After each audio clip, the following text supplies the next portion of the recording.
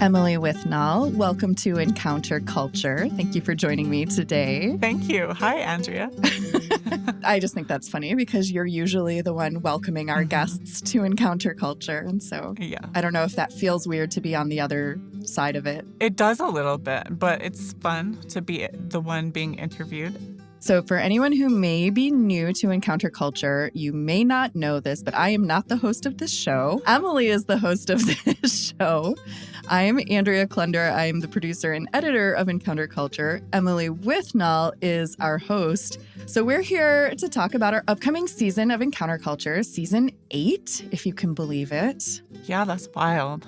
I've been here since what season? Did you start with season 5? I think so, yeah. So almost half of Encounter Culture's life. Right. Well, that's a good question. Actually, before we talk about the season itself, what feels the same or different from the beginning of your time as host to now, this moment? So the first recording I ever did was with Villareal, with his installation that's at Vladem Contemporary. And I remember feeling very stiff and nervous because it was my first time. I had been in the studio as a guest before, but it was my first time on the other side of things. And so I definitely feel like I have relaxed a lot more since that moment. I also, though, think that I still say too much. So that's a work in progress. Which listeners will say, no, you don't, because they don't hear that, because all of that gets edited out. Thank you so much. I appreciate that. A little pulling back the curtain here behind the scenes. Yeah.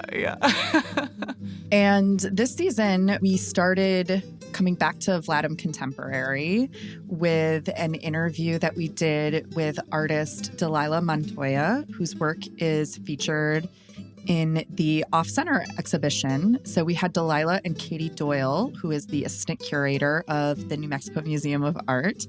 And I just remember I never wanted that interview to end as I was listening to you all talk. I just thought Delilah was such an incredible storyteller that I could have listened to her tell stories about her art and the people that she's worked with forever. Yeah, I'm really excited to see her piece that she talked about in that interview at Vladem. And I love the story that she told about actually how she set that photo shoot up inside of the prison. But yeah, it's the man who was in prison and he has the Virgin on his back. Tattooed. Specifically. Yes. Yeah. We took a little tour at the New Mexico Museum of Natural History and Science of their brand new exhibition, which at the time that we were there, it wasn't quite open yet, but is open now, which is the new Ancient Life exhibition. Yes. Yeah, that was really fun. I could have talked for hours about that exhibition. I love hearing about fossils from Matt Zaleski, who's the exhibition designer, one of the designers in the Natural History Museum, but worked very hard with a crew of designers and artists on that exhibition. But yeah, now it's open to the public and it's gorgeous. So yes, we spoke with Matt and also spoke with Spencer Lucas, who is a paleontologist at the museum. And I have to say, I love our interviews that we do with scientists. I just think that they say some of the funniest things and have a tendency to put massive, mind-blowing ideas into relatable concepts that feel more accessible and approachable in a really fun way. Yeah.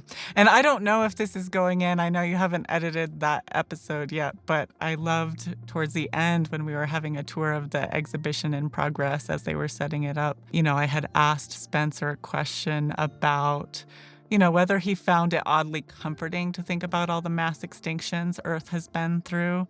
And he said, oh, yeah, there's no shame in extinction. So that was a great line to end our conversation with. I still don't think that we want to experience mass extinction of our own species. But one other thing that I loved about this interview at the Museum of Natural History and Science was when we were going through the Ancient Life exhibition before it was open, I was just blown away that it had all these artistic elements and construction elements that were going into place. And there were so many people working behind the scenes on that exhibition, from carpenters to electricians to designers to artists. It was just really cool to see how that all came together. Yeah, I was really struck by the man who was up on a platform painting the millipede tracks for the giant 6-foot millipede. That was cool. Also, giant 6-foot millipede. Yeah.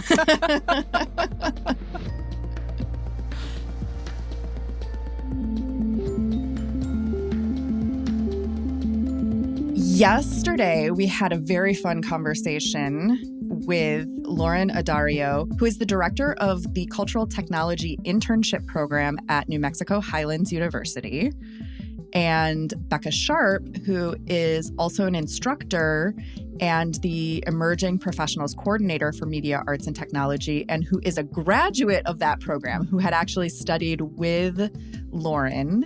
And I knew nothing about New Mexico Highlands, but you do. I do very much, yes. Starting from high school, actually. I used to audition for some of the college plays when I was in high school in Las Vegas, and performed in many theater productions in the Ilfield Auditorium at Highlands University.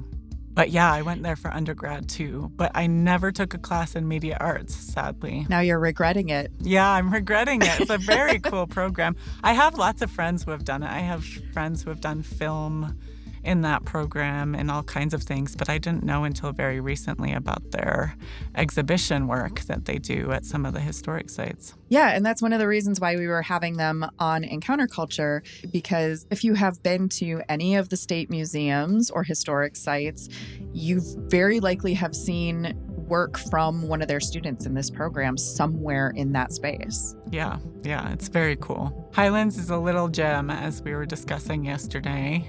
I think because it is so remote, there are opportunities for undergraduates there that people at bigger colleges don't necessarily always get, because there's a lot of one-on-one and hands-on learning that goes on there.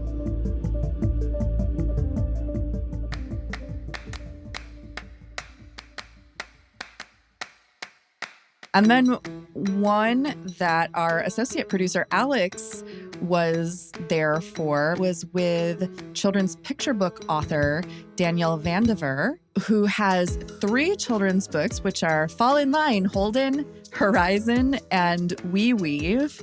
I was fascinated when I first picked up the books from the New Mexico State Library because his book Horizon, was nominated for the National Book Festival to represent New Mexico.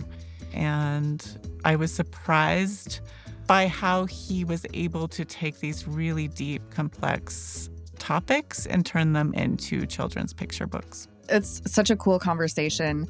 I was like, I don't want to edit anything out of this conversation. This is really hard. Yeah, no, it's super interesting, and they're beautiful books. The illustrations are gorgeous. And of course, Horizon has no words, so you kind of need to have it in your hands and hold it to actually see the story and really appreciate it fully. I am going to have to pick those up for my nieces for sure.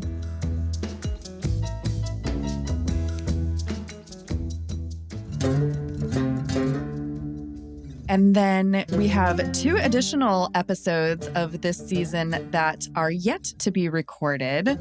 And one of them, I happen to know, has something to do with boot making and New Mexico arts. Yeah, the New Mexico Folk Arts Apprenticeship Program pairs people who are considered masters in their craft with apprentices.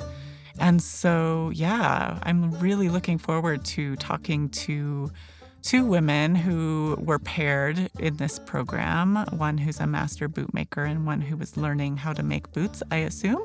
We will find out. Maybe she made some boots before the apprenticeship. Yeah, and that's Dina McGuffin and Jess Marquez. And I actually got a chance to talk very briefly with Jess on the phone. And you might think, like, okay, boots, cool. Yeah, that's a symbol of New Mexico. Yeah, that's a fashion thing. But she said something in our brief phone conversation. She said that there's a lot of history behind the scenes of bootmaking that most people don't know about, partly because there's very little documentation about it. So it's an art form that has sort of this mysterious backstory and past that she's really eager to share more broadly and to document by way of our podcast, which I felt was pretty cool. Yeah, I did look up some of her boots just to see what they look like, and they're very colorful, and they have, images. There's stories on these boots, so I'm excited to hear more about what some of those stories are. I think most recently she made a Zozobra commemoration boot, so she has some very colorful, vibrant Zozobra boots.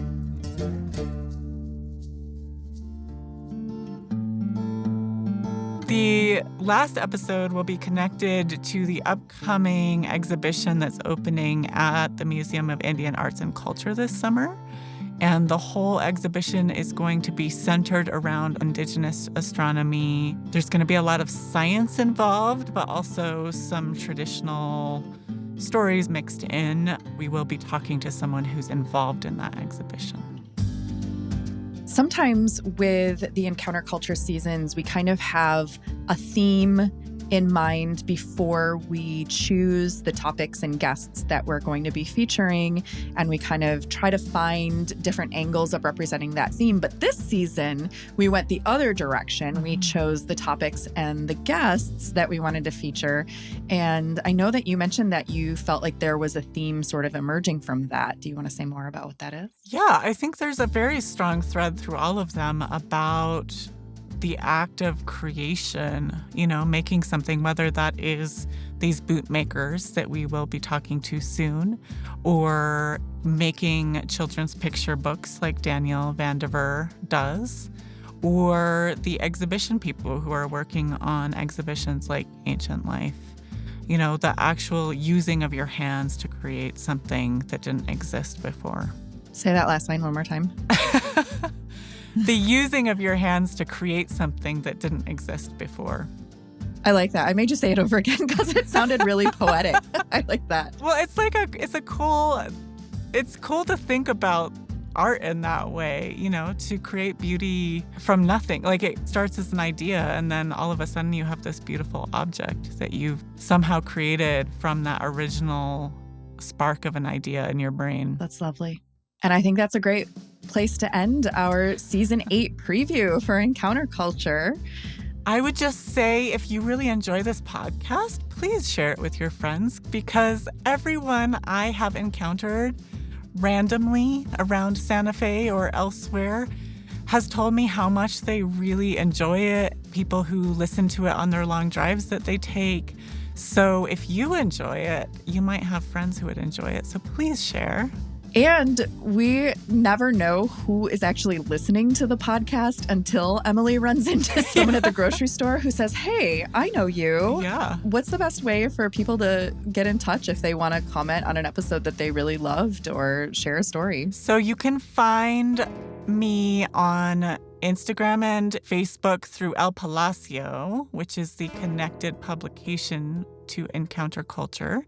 So it's El Palacio both on Facebook and on Instagram. Or you can email me at El Palacio, which is ELPALACIO, El Palacio, at dca.nm.gov. And I would love to hear from you about your thoughts about the podcast. Awesome. Thanks so much for joining me in the studio today, Emily. Thank you, Andrea. Enjoy season 8, everybody.